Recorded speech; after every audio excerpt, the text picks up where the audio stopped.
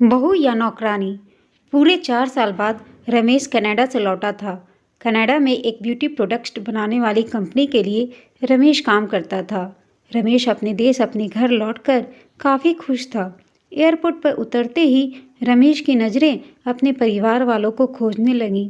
जल्दी ही उसने अपने माँ बाप, भाई भाभी, बड़ी बहन और खुद की 3 साल की बच्ची भी एयरपोर्ट पर खड़े नजर आई। लेकिन उसकी नज़रें शोभा को खोज रही थीं। वो सोचने लगा, ये शोभा मुझे मिलने आई क्यों नहीं, और ऊपर से उसने हमारी छोटी सी बच्ची को भी यहाँ भेज दिया। रमेश एयरपोर्ट पर सबसे हंसी खुशी मिला। फिर उसने शोभा के बारे में पूछा तो उसकी दीदी बोल पड़ी, भाई वो घर पर ही है, तुम्हारे लिए खाना तैयार कर रही है। वह तो आज ही तुम्हारे आने की खुशी में काम करने लगी है, वरना वो कोई काम करती ही कहाँ है। रमेश ने अपनी बेटी को प्यार से उठा लिया, लेकिन उसकी बेटी उसे देखकर रोने लगी। लाओ मुझे दो बच्ची को, वह तुम्हें काफ़ी दिनों बाद देख रही है ना, इसीलिए पहचान नहीं पा रही होगी। कहते हुए दीदी ने बच्ची को अपने पास ले लिया। सभी टैक्सी में बैठकर अपने घर की तरफ रवाना हुए। रमेश अपने परिवार से मिलकर खुश था, लेकिन ये बात कि शोभा उसे एयरपोर्ट पर मिलने नहीं आई उसे काफ़ी परेशान कर रही थी। वो सोचने लगा कि क्या खाना बनाना इतना ज़रूरी था, मुझसे मिलने से भी ज़्यादा, और वो भी तब जब मैं 4 साल बाद वापस आया हूँ। इन्हीं ख्यालों में घर तक का आधा रास्ता बीत गया। अब उसकी बच्ची उसे देखकर रो नहीं रही थी, इसीलिए रमेश उसके साथ खेलने लगा। बाकी का आधा रास्ता भी खत्म हुआ और सब घर पहुँच गए। गाड़ी की आवाज़ सुन शोभा बालकनी में आकर खड़ी हो गई और रमेश की तरफ देखने लगी। रमेश भी जैसे ही गाड़ी से उतरा, उसने पहले दरवाजे की तरफ और बाद में बालकनी की तरफ नज़रें घुमाई, जैसे वह सुबह को ही देखना चाहता हो।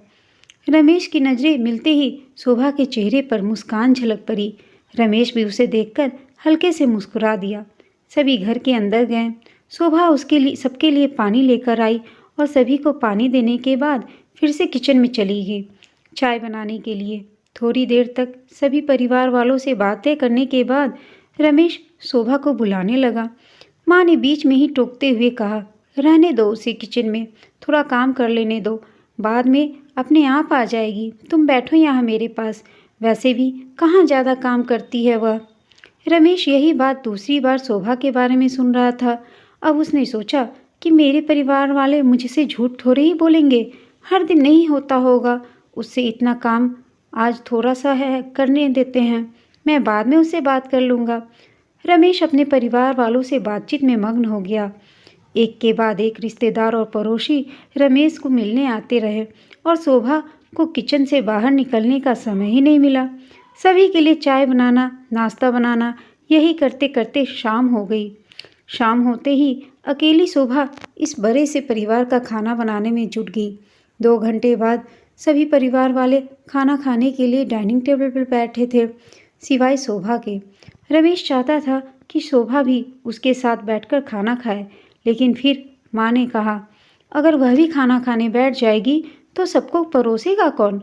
सभी के खाना खाने के बाद शोभा ने अकेले ही खाना खाया। रात को सोने के वक्त रमेश और शोभा अच्छे से मिल पाए।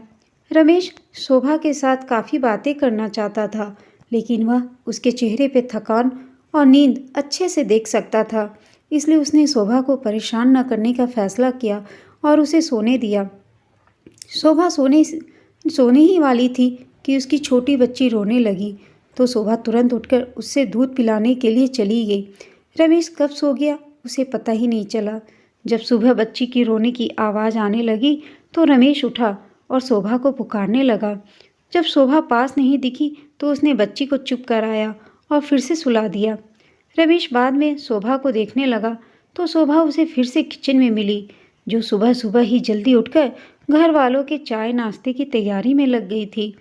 अब रमेश सोचने लगा, माँ और दीदी तो कहती थी कि शोभा ज़्यादा काम नहीं करती, लेकिन मैं तो देख रहा हूँ कि वो तो कुछ और ही है। रमेश अब सब समझ गया था, पर वो अपनी माँ को ऐसा नहीं बोल सकता था कि शोभा से ज़्यादा काम ना कराया करो, इसलिए अब उसने खुद ही शोभा की मदद करना शुरू कर दिया। रमेश के हाथ बटाने से शोभा को थोड़ा अच्छा लगने लगा था। पहले जहाँ उसका चेहरा थकान से उतरा रहता था, अब उस पर थोड़ी थोड़ी चमक आने लगी थी। रमेश ने कुछ दिनों में ये महसूस कर लिया था कि शोभा अब वो शोभा नहीं रही थी जिसे रमेश शादी करके लाया था। वो तो कोई और ही थी, जो तोते की तरह बोलती थी, और ये शोभा तो बिल्कुल चुप है, गुमसुम है। ऐसा लगता है जैसे किसी के दबाव में हो, किसी डर की वजह से सहमी हुई हो। रमेश शोभा को उसके काम में और ज़्यादा मदद करने लगा। रमेश का ऐसा व्यवहार अब घर वालों को खटकने लगा। घर के सभी बड़ों और उसकी दीदी ने मिलके रमेश को समझाया, तुम अपनी बीवी की मदद करते हो, उससे हमें कोई एतराज़ नहीं, लेकिन तुम्हें भी एक हद तक ऐसा करना चाहिए। जब तक कोई तुम्हें ऐसा करता ना देख रहा हो तब तक तो सब ठीक है, लेकिन जब कोई तुम्हें बीवी के होते हुए बर्तन धोते देखे तो वह अच्छा थोड़ी ही लगता है। अब सोचो, आगे चलकर शोभा को तुम्हारी हेल्प की आदत पड़ गई तो तुम्हारा अपना काम में ध्यान लगाना मुश्किल हो जाएगा। रमेश हमेशा से ही अपने परिवार वालों की बात मानता आया था। जिस तरह से सबने रमेश को समझाया, रमेश भी उनकी बातों में आ गया। अब रमेश शोभा की मदद करने से कतराता था। कभी कभी वह बच्ची के लिए दूध गर्म कर लिया करता, उससे ज़्यादा कुछ नहीं। घर वालों ने रमेश को विदेश जाने से मना कर दिया और कहा कि यहीं पे कुछ काम कर लो। रमेश ने अब घर से ही ब्यूटी प्रोडक्ट्स ऑनलाइन बेचना शुरू कर दिया। उसका परिवार बढ़ गया। अब उसे 2 बेटियां और एक बेटा था। दोनों बेटियां स्कूल जाने लगी थीं, लेकिन बेटा अभी छोटा था। जितना रमेश कमाता था उतना सबके लिए काफ़ी ना था। काफ़ी सोच विचार करने के बाद रमेश ने यह फैसला किया कि वह अब शोभा के साथ शहर में जाकर रहेगा, जहाँ पर शोभा भी काम कर पाएगी और वह घर से ही अपने ब्यूटी प्रोडक्ट्स बेचना शुरू रखेगा। इस तरह से वे अपने पैसों की तंगी को पूरा करेंगे। परिवार वालों ने भी रमेश को इजाज़त दे दी। रमेश चाहता था कि माँ भी उसके साथ रहे, लेकिन माँ को शहर में आना मंजूर न था।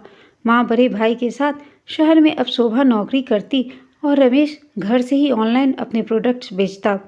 कई साल इसी तरह ऐसे ही बीत गए। शोभा घर का काम और बाद में बाहर का काम करके पहले से भी ज़्यादा थकी थकी रहने लगी। परिवार वालों की रमेश के दिमाग में डाली बातें अभी भी उस पर असर करती थी। वह वहाँ पर भी शोभा का हाथ न बटाया करता। रमेश अब दिन रात अपने प्रोडक्ट बेचने में ही मसरूफ़ रहता। कभी कभी शोभा उससे कहती कि मुझे अच्छा नहीं महसूस हो रहा है, मुझे डॉक्टर के पास ले चलो। वो हाँ कह कर रह देता, लेकिन अपने काम में इतना बिजी हो जाता कि कभी उसको डॉक्टर के पास नहीं ले जाता। शोभा तो बीमार थी, लेकिन एक बार रमेश बहुत ज़्यादा बीमार हो गया। इतना बीमार हो गया कि उसे अस्पताल में भर्ती करवाना पड़ा।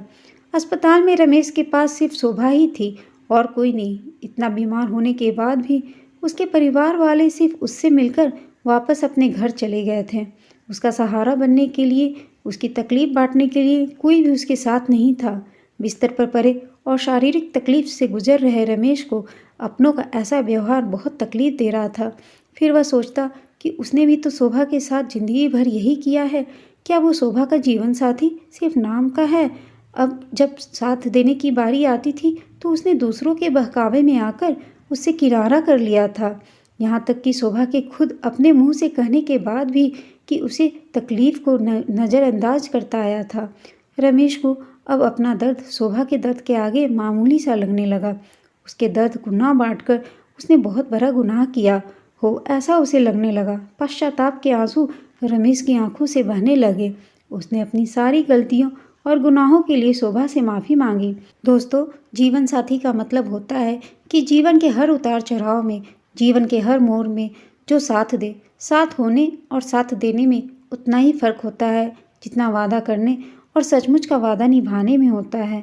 दोस्तों, हमें अपने जीवन साथी का हर समय में उसकी ढाल बनकर उसका साथ देना चाहिए। किसी के बहकावे में नहीं आना चाहिए। यह कहानी आपको कैसी लगी हमें कमेंट करके बताइएगा। साथ ही कहानी अच्छी लगी तो इसे लाइक, शेयर और चैनल को सब्सक्राइब अवश्य कीजिएगा। धन्यवाद।